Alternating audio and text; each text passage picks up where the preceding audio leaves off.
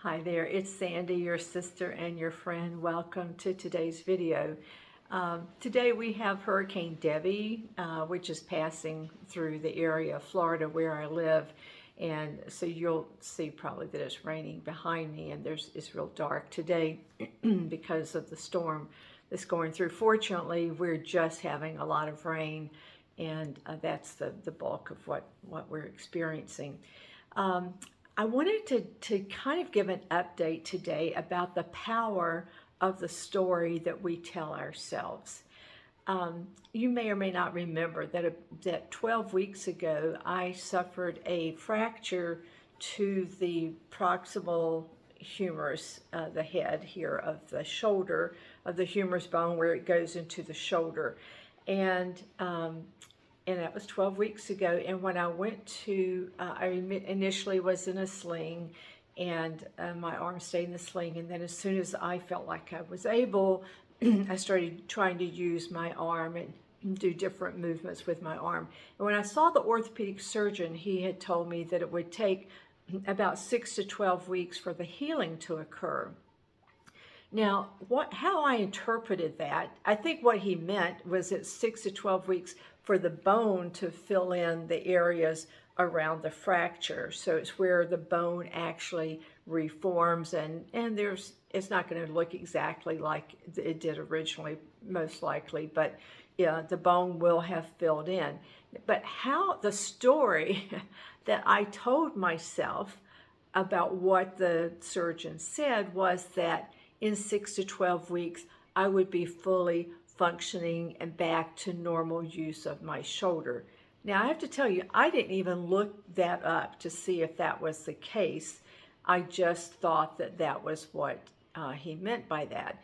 And so I set out with the intention in 6 to 12 weeks, I'm going to be fully functioning back. If I can lift my arm this high, this arm I can only lift this high still. But this was my expectation, and it hasn't happened, as I just demonstrated, and that is in spite of the fact that I had the vision that I would be fully functioning. I started feeling what it would feel like to be fully functioning again, being able to do all the things that I would normally be able to do with both arms. And both shoulders functioning somewhat equally. But that isn't my experience so far. And so what I wanted to say is that even though I had a vision, and still have a vision of being able to fully function, and also felt the joy of what that would be like, I was also letting other things creep in to that story that I was telling myself. The universe brought several women into my life that I did not know that they had suffered the same kind of fracture. And I'm looking at them and they're like, yeah, I had this fracture, 10 years ago, or however. And my mind is telling me now a different story based on the evidence that my physical eyes are seeing. So the story now changes quite a bit into, they fully got healed because they experienced this fracture when they were in their 50s or in their 60s even, not while they were in their 70s. Oh no, if you're in your 70s and you have this type of a fracture, all bets are off as to what you're going to be able to experience in terms of functioning. And so I allowed, again, the evidence to start changing my story. And even though I would notice sometimes that I felt deflated and defeated and this isn't working, in spite of doing a lot of shoulder exercises and going to physical therapy, I could still feel the tightness in this joint and thinking, that I'm never going to get beyond it. And so the story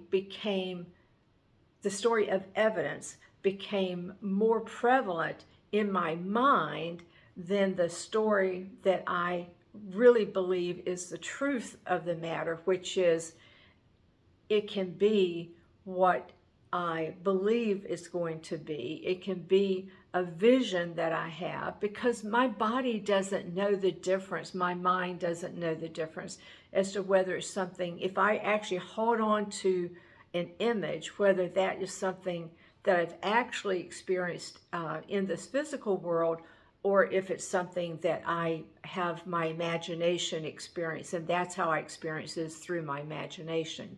So I heard this really short video by Joe Dispenza, and he said, what you do is you close your eyes and you actually just feel what it is that you want to, you really have this thought, you have this full-blown thinking, picturing yourself doing the thing that you really want to have happen in your life. And again, now you've formed a new image, so you're not living in the past. You actually have an image of your future, but your mind is experiencing in as if it's happening now. And that, having that really full-blown image, is something that then you can associate your feelings with it. How would it feel to actually have that in my life right now? And then you start living from those feelings. So my point today was, don't be afraid to keep looking at the story that you're telling yourself. I was doing a lot of shoulding on myself. I should be able to be further than I am now. I should be fully functioning like somebody who had this similar fracture 10 years ago. And the shoulds are actually counterproductive. They actually take me out of the image, because now I'm comparing myself. I'm comparing myself to what I thought the expectations were. I'm comparing myself to somebody else who had a different fracture or similar fracture, but in a whole different time of life. I was doing all this mental comparison, which is literally taking me out of the image that I had intended and what I wanted to see happen and want to see happen in my life. So, so I just want you to be cognizant of the fact that your story is really important. And even if you think that you're telling yourself a story, as soon as you feel this lower emotion, this vibration at a lower level of frustration or anger or sorrow or disappointment, it's when I start feeling those, I have to be like, I have to, but it's in my best interest to be aware that that's what I'm feeling, and to now say, oh, that's not the vibration that matches the image that I have in my mind of how I'm going to be functioning. And then to allow me to feel all the feelings. If I'm feeling the disappointment, go ahead and feel it, acknowledge it, admit it. Don't push it away, don't resist it. Just say, dang, I just had a moment there where I'm disappointed in where I am right now as far as my healing goes.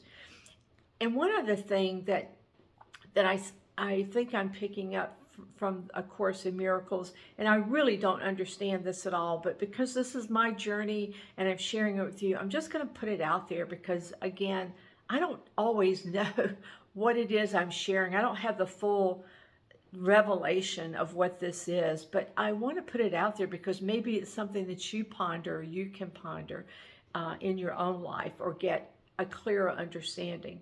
But I think a lot of the pain, because there's still pain. There's pain not when I'm just sitting around. There's pain when I'm pushing through and trying to get my shoulder to do something that it's not easily. It doesn't do it easily. And when I get to that outer limit, there's pain. And then when I stop the exercises, that's always the exercises is like go a little further than it feels comfortable. And after I finish it, there's a level of pain involved. And I think that pain and suffering is really attached to judgment. So I think that when I can associate that this pain and this suffering is a reflection somehow of my projection of guilt onto somebody else, so that I can propel whatever I'm feeling outside of me and cast blame and judgment onto something in the world, and therefore I can see myself as innocent. Now, this isn't going on at the conscious level, just so you know. This is why I don't have a full understanding of this, is it's at a much deeper level. But that it's attached to me actually judging my brother. If I think that if I could see everyone as myself, that there is a oneness and connectivity, and I believe that, but I don't believe that I actually have incorporated it fully. I think if that the highest masters like Jesus and Buddha, Krishna, if they really could understand, and they were not judging, they were loving. It was all unconditional love. It was all not wanting that, like letting go of desire, letting go of opinions, letting go of preferences, and loving everyone as themselves. And I think that that's still my goal. That's what I want to say, is that's still my goal. I talk about it a lot, and I feel so much more connected than I ever have in my life, but I'm not fully there yet. But that's not what, I don't want to let go of that. I think that is actually the answer to all the problems in the world, that is the sense of any kind of separation from anything in the world, because I don't think there is any separation, but I want to actually experience that. So that's it for today. I just want to tell you, don't be afraid. Look at your story, re-examine your story, and be authentic with what you're feeling about it, and then reframe it. Don't be afraid to reframe it. Reframe it into what you really want your story to be, and then keep focused on that. But if something usurps it, don't be afraid of that. Let it go. Look at it, examine it, and reframe it. I love you so much. Subscribe if you haven't. Again, this is my journey, the way I'm dealing with this thing called life, and let me know how you're doing with things like this, and let me know what you do when you run into a little rough patch. So I love you so much. Go and be blessed today. Thanks. Bye-bye.